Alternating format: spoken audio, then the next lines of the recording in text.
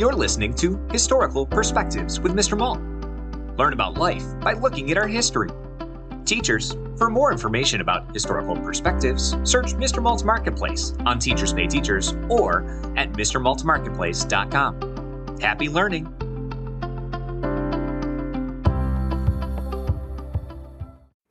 Pie time. Grandpa took the unopened envelope from Thomas. His shaky hands gripped both sides of it as he peered over his glasses.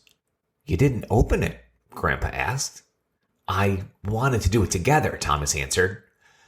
Grandpa unlocked his wheelchair and they moved closer to the window for the light. He read the return address out loud. United States Patent and Trademark Office. Thomas smiled nervously. Grandpa used his pocket knife to open the envelope in one clean swipe. Then he held it out to Thomas.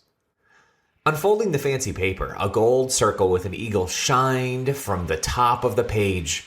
"Grandpa, it's in cursive," Thomas said sadly. "What does it say? Did I get it?" Grandpa paused a long time to tease Thomas. Finally he yelled, "Granted! It says granted! And look, there's your name, Thomas. You have a patent." They hugged, and then Thomas grabbed his invention from the shelf. Excitedly, he rotated the top circle piece over the sections below. 15 years, right? I have 15 years to sell this without anyone stealing my idea. "One step at a time, Thomas," Grandpa laughed. "We'll make them one at a time for now, but if they get popular, we'll need to figure something else out."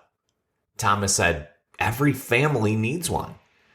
His invention, the front seat pie chart, keeps track of who sat in the front seat of the car last.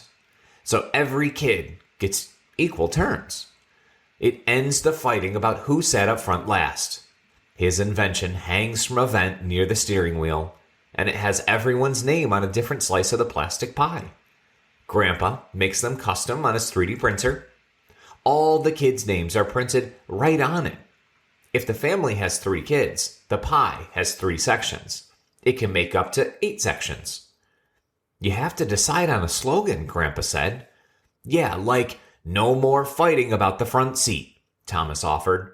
"Sure, that's nice and clear," Grandpa said, "but it doesn't sound like a slogan." "Okay, how about just slice it?" Thomas said.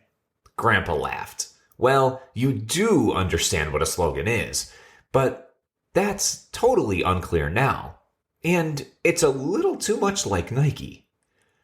"You make one up then," Thomas said, a little hurt and frustrated. "Slogans are work, Thomas. It's your invention and your patent. I'm just the 3D printer you pay to make them," Grandpa said. "I pay you?" Thomas was surprised.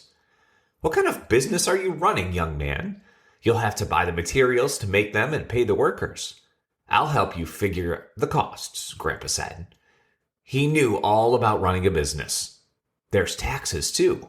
Lots to learn, he added with a grin. Just then, Grandpa's medicine alarm reminder went off loudly. "Share the pie time," they yelled together. And Thomas turned to get the medicine. They yelled this together every day because they always split a miniature pie after Grandpa swallowed his pills. Thomas stopped suddenly and turned around. "Grandpa, share the pie time. That is the slogan." Thanks for listening to this Historical Perspective. If you enjoyed this episode, be sure to subscribe. Also, search for Historical Perspectives on Teachers Pay Teachers to learn more about other topics, such as the Golden Gate Bridge, Henry Ford, schools in the early 1900s, and so much more.